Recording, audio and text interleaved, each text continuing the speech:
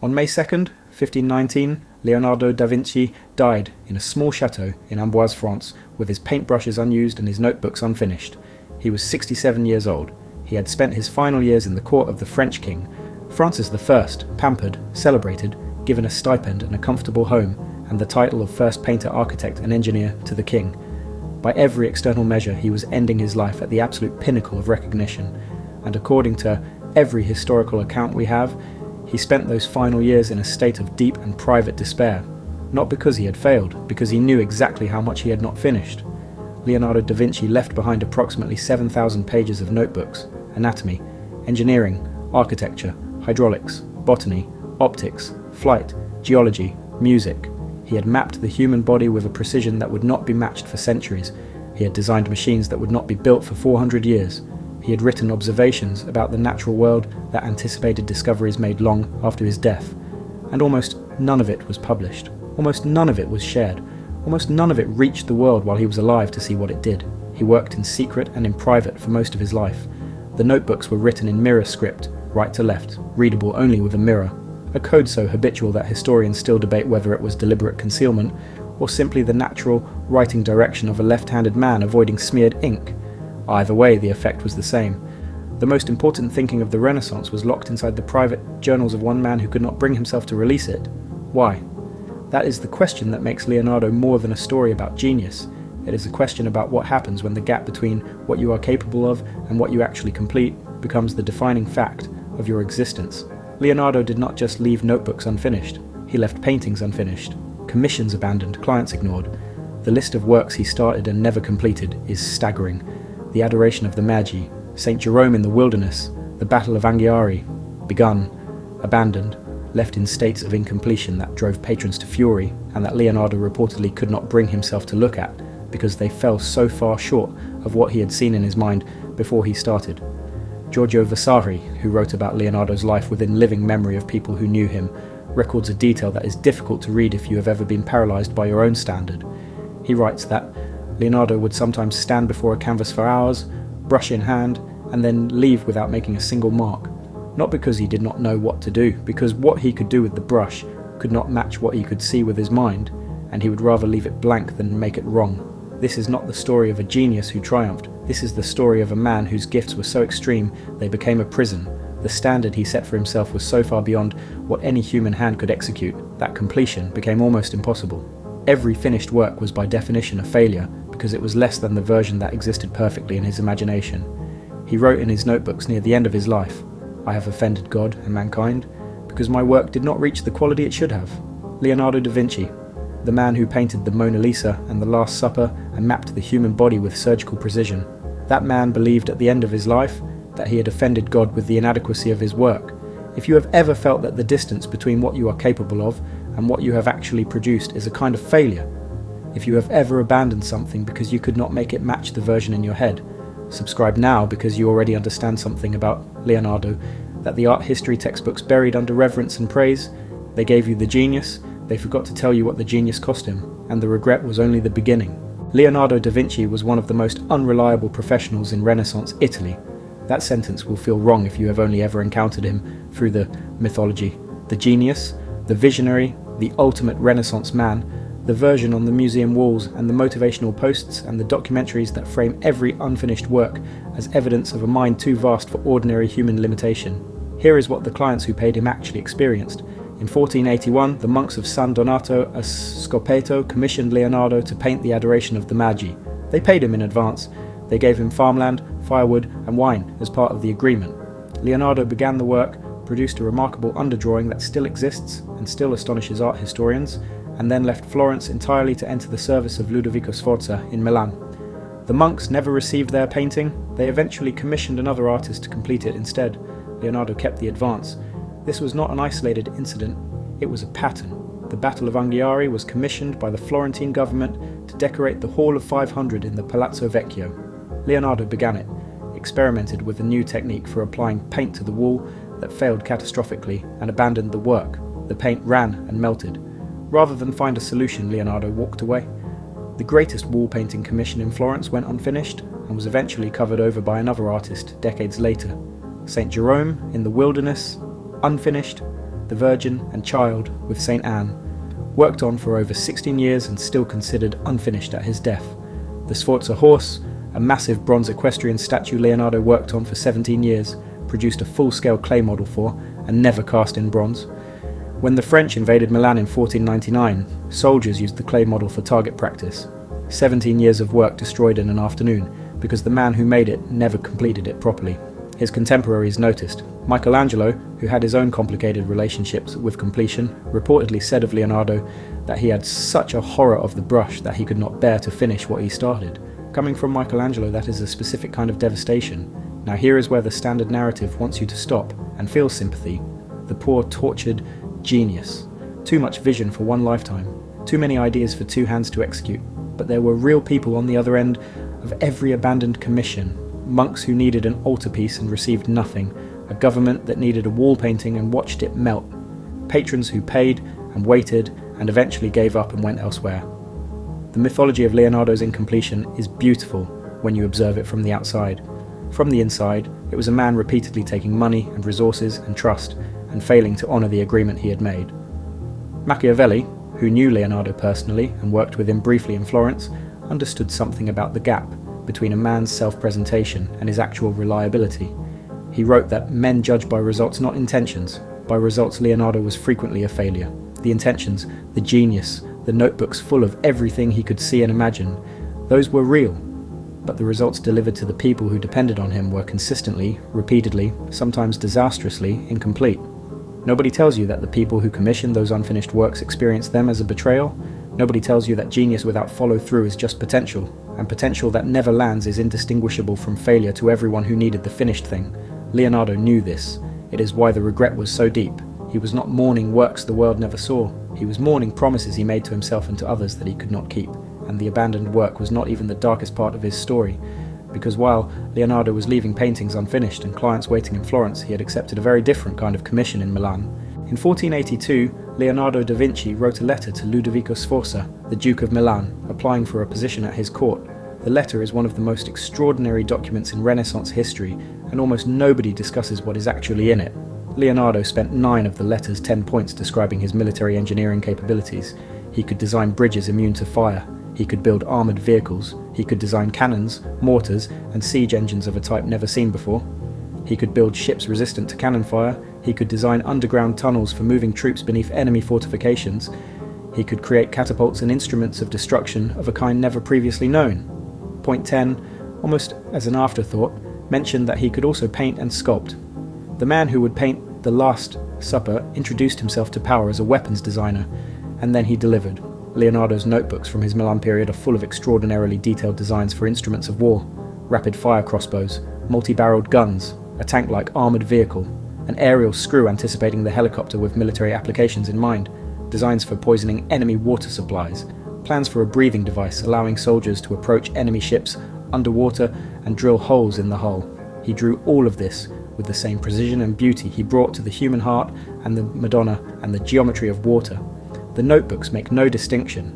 A design for a machine that could cut through enemy soldiers with rotating blades sits next to botanical studies. A schematic for a cannon sits across from anatomical drawings of a human face. In the same city, during the same years, he was painting The Last Supper, Christ sharing a final meal with his disciples, the most reproduced painting in human history, the image of compassion and sacrifice and the moment before the ultimate betrayal. Leonardo painted it on the wall of Santa Maria delle Grazie in Milan, while in the paid service of a man who wanted better ways to kill people and was actively designing them. He never wrote about this contradiction directly. The notebooks contain no moment of recorded reckoning, no line where Leonardo pauses and asks himself what it means to be both of these things simultaneously. But Leonardo was not just executing commissions mechanically, he was genuinely fascinated by destruction. His notebooks contain passages of almost ecstatic description of natural disasters, floods, storms, collapsing mountains. He wrote about catastrophic floods with a vividness that reads less like scientific observation and more like barely contained excitement.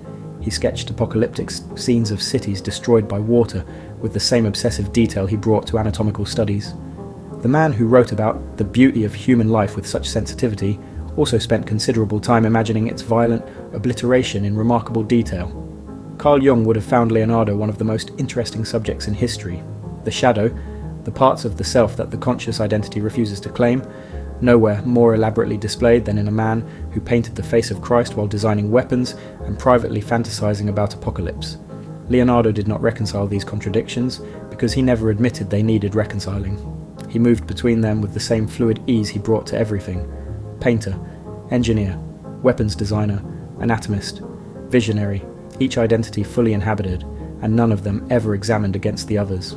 This is not the portrait of a saint that history handed you. This is a man of extraordinary complexity who used his gifts in service of beauty and destruction simultaneously, and never once wrote down how he felt about that. And there was one more thing he could never reconcile. One thing that hung over his entire life in Renaissance Italy like a verdict waiting to be delivered. Something that forced him to hide the most essential parts of himself for his entire life. And that concealment cost him more than any unfinished painting ever did. In 1476, Leonardo da Vinci was 24 years old and working in the studio of Andrea del Verrocchio in Florence. Someone filed an anonymous accusation with the officers of the night, Florence's magistracy specifically established to prosecute sodomy. The accusation named Leonardo and 3 other young men as having engaged in sexual acts with a 17-year-old male model named Jacopo Saltarelli. In Renaissance, Florence sodomy was not a minor charge, it was a capital offence. Men had been executed for it. The officers of the night processed thousands of accusations, and the penalties ranged from fines to imprisonment to death, depending on the circumstances and the social standing of the accused.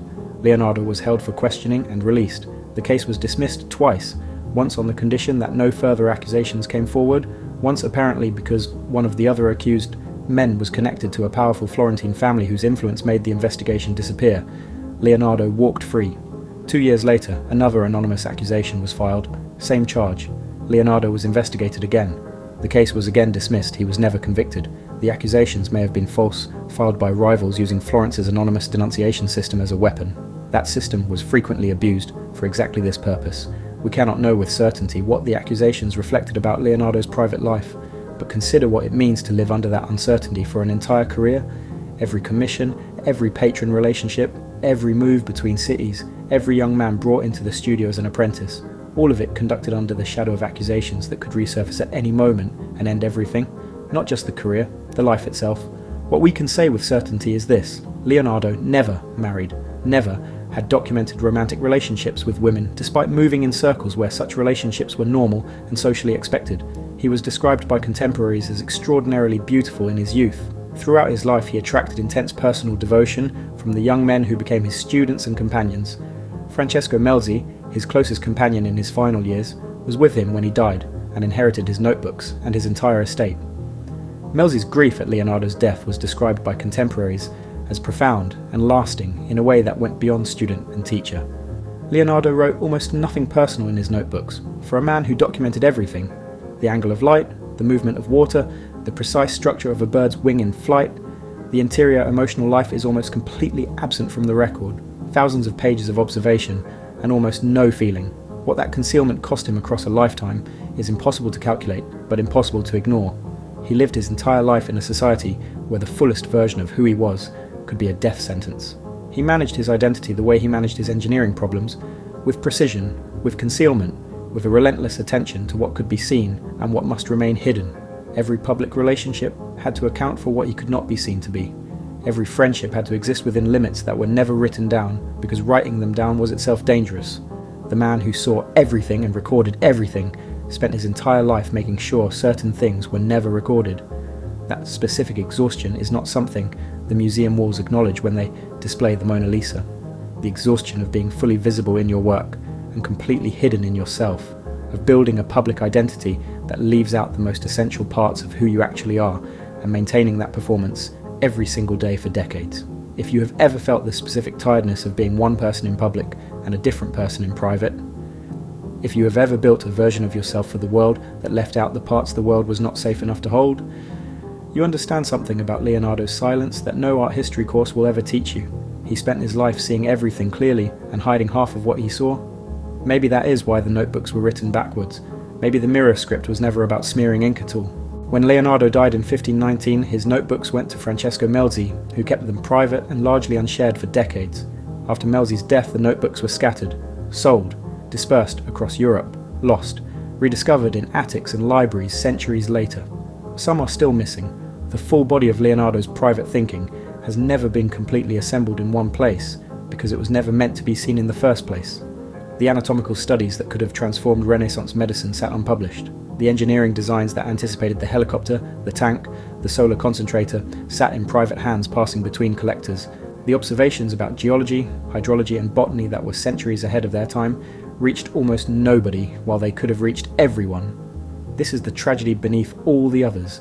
Not that Leonardo felt like a failure, but that his failure to release what he knew meant the world genuinely lost something irreplaceable. Not potential. Actual finished thinking. Actual completed observation. Actual knowledge that existed was locked away and reached the world 300 years too late to do what it could have done. How much further along would medicine be if his anatomical studies had been published in 1500? How differently might engineering have developed if his mechanical designs had been shared openly? How many problems that took humanity centuries to solve had already been solved in private by a man writing backwards in notebooks nobody was allowed to read? The question is not rhetorical, it is the specific weight of what concealment costs. Not just the person doing the concealing, but every person who needed what was being concealed and never received it. Leonardo hoarded his knowing, partly from perfectionism. Nothing was ever finished enough to share, partly from fear. The accusations, the identity he protected, the world that was not safe enough for the fullest version of him. Partly from a temperament that found the private act of discovery more compelling than the public act of sharing. He was addicted to the knowing itself more than to what the knowing could do for others. And the world paid for that in ways that can never be fully calculated.